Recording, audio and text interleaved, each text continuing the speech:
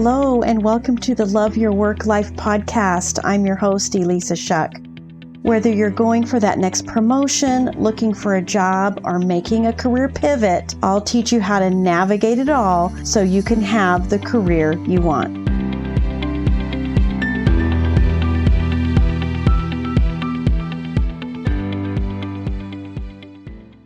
I don't know if you've ever thought about your career this way or not, but it's kind of like a relationship. And if you've ever gotten laid off, you know without a doubt that it feels like a breakup.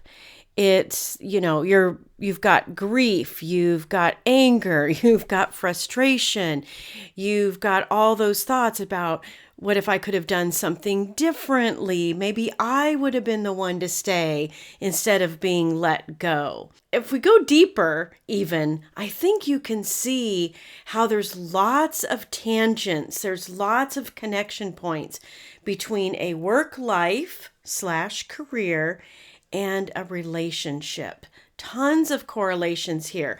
Sometimes in your career, you feel stuck. You feel like you've reached your limits. You feel undervalued.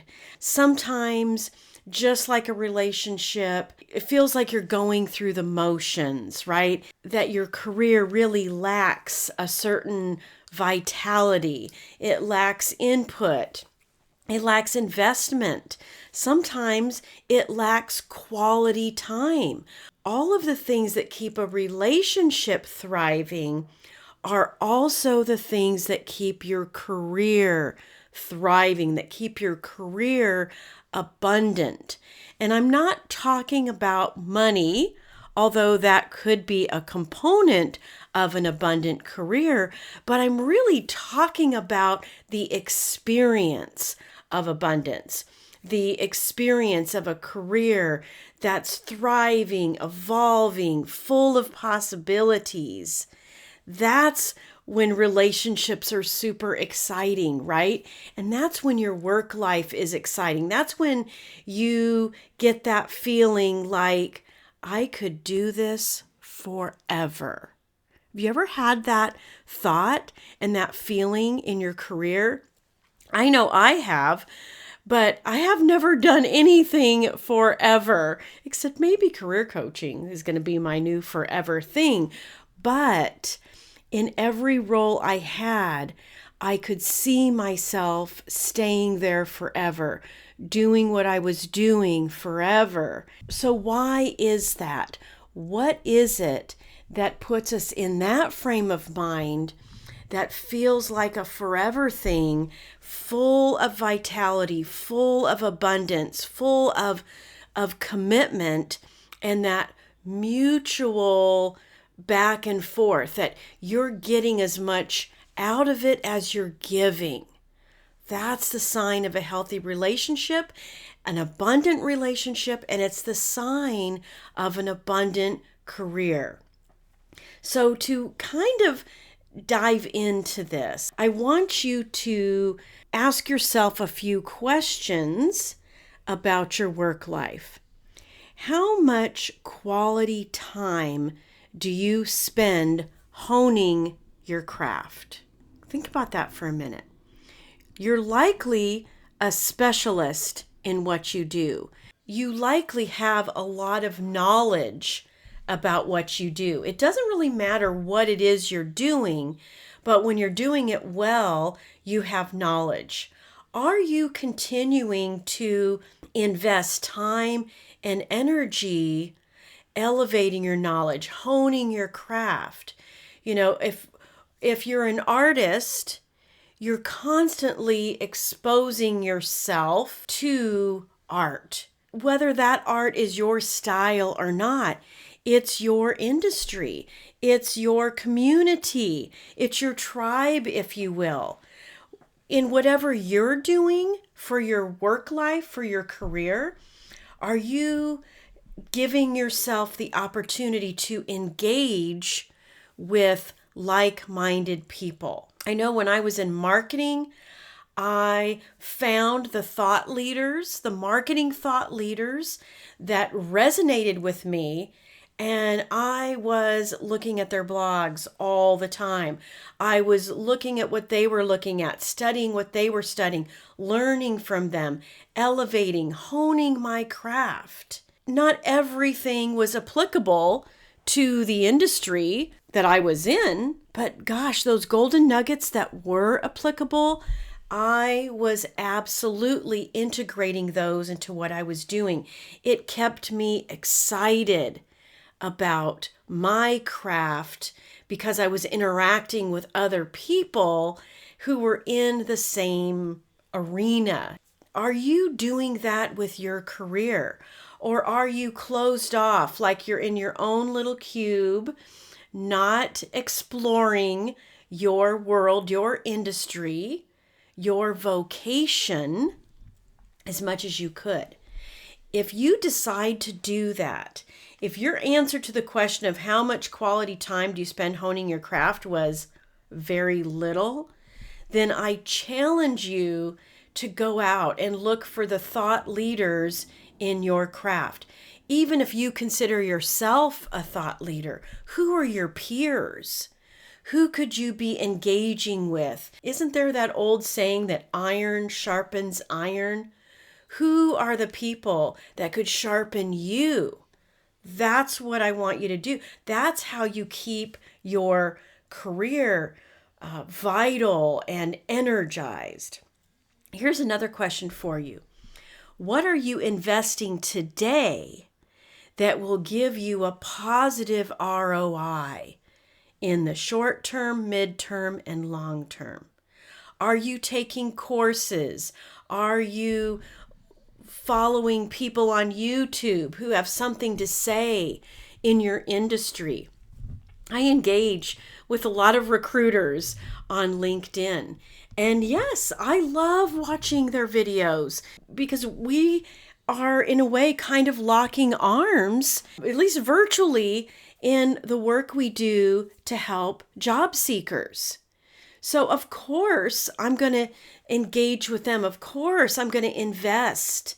What are you doing in your career to invest in elevating yourself? You know, things are so different now than they used to be. You can find so much information for free, listening to podcasts, watching YouTube videos, even courses that will elevate what you are putting out to the world, that will add to your knowledge base so that you can be making smarter decisions, challenge various scenarios. What are you doing to invest in yourself for the moment as well as for the future? What are you investing in today that has the kind of lasting ROI for the role you're doing now, but also the roles that you'll choose to do in your future? Here's a third question for you. Who are you deciding to be intentionally instead of just going through the motions? This can happen sometimes when you're in a long-term relationship, right? You start to take the other person for granted. Are you taking your job for granted, or are you being super intentional about who you are deciding to be in that role? Because I will go to my grave believing that everyone has leadership skills, whether you have a leadership/management role or not. So how are you exercising your leadership skills? Are you investing in your leadership skills? Are you being intentional? Are you deciding what it looks like when you step up to lead a conversation, to guide someone who just started on your team? There are so many moments where you can show up as a leader, but unless you decide to do it intentionally, someone may never see those qualities in you. You may never get the chance to leverage those qualities in your career unless you are intentional about doing it instead of just going through the motions, meeting the requirements of the role. And sometimes, it's not about climbing the corporate ladder. There are people who are very, very happy in their roles who really don't want to step into a supervisory management role. So how do you stay happy and fulfilled in that role, knowing that you have zero desire to become a VP? It's because you're investing in yourself. You're doing the things that'll keep you engaged instead of bored. What does that look like for you? That's a big challenge.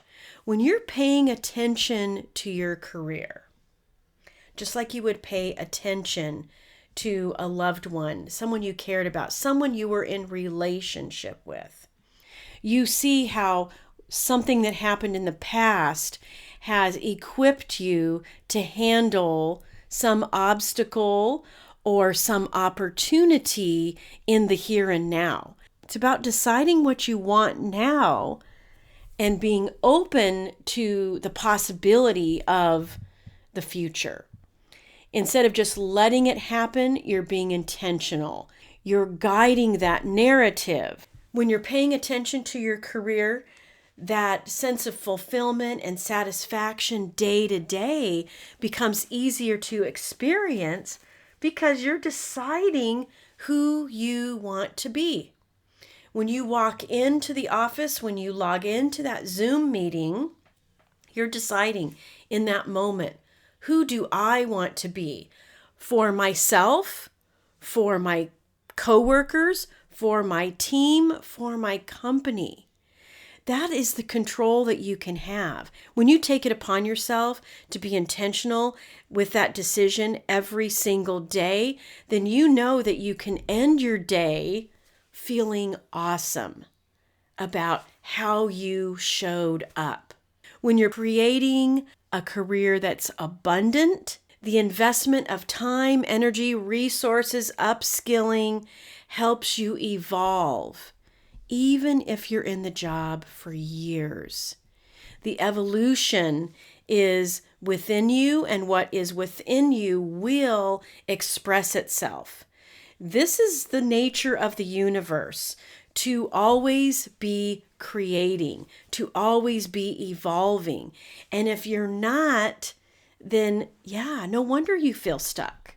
No wonder you feel like you've reached your limits. No wonder you feel undervalued. It's because you're not tapping into the nature of things and investing in yourself so that you can be the very best person you could be forever, right? That I could do this forever moment.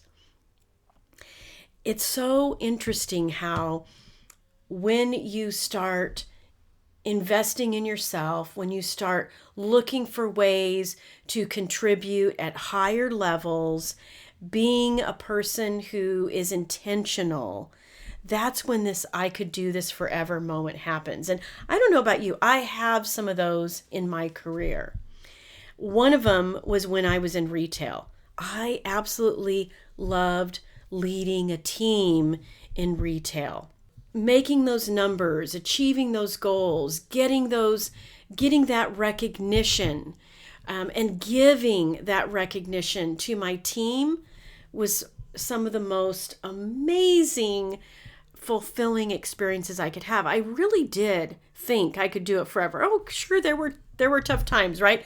Sale time is never fun, but I felt like I could do it forever until one day I was in a buy meeting and we were told one of our reps wasn't going to be there because they were an independent rep and the company had decided to convert that role to a company position.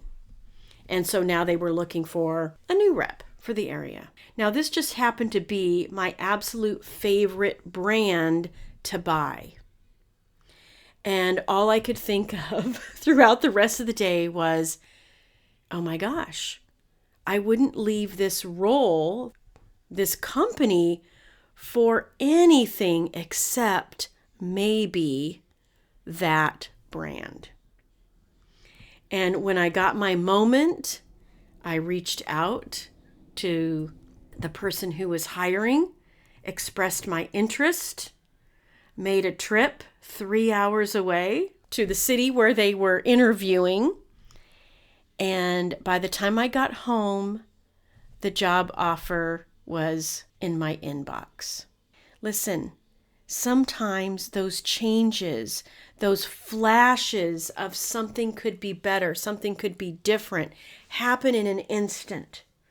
But it won't happen unless you are being intentional. It's 100% possible to give your all and at the same time be open to possibility. You don't have to be disloyal. You don't have to give 80%. You can have it all. It can be this and that. That's where abundance lives. This and this and this and this. It's not binary. It's not this or this.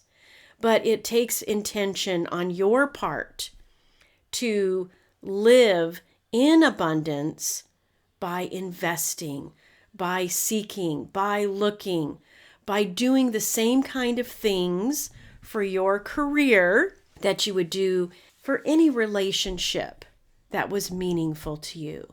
Keep it vital. Keep investing. Keep engaging. And trust me, you'll start to feel abundant, and when you feel it on the inside, man, it's got to show up on the outside. That's just the way things work. All right. Have an abundant work life and career.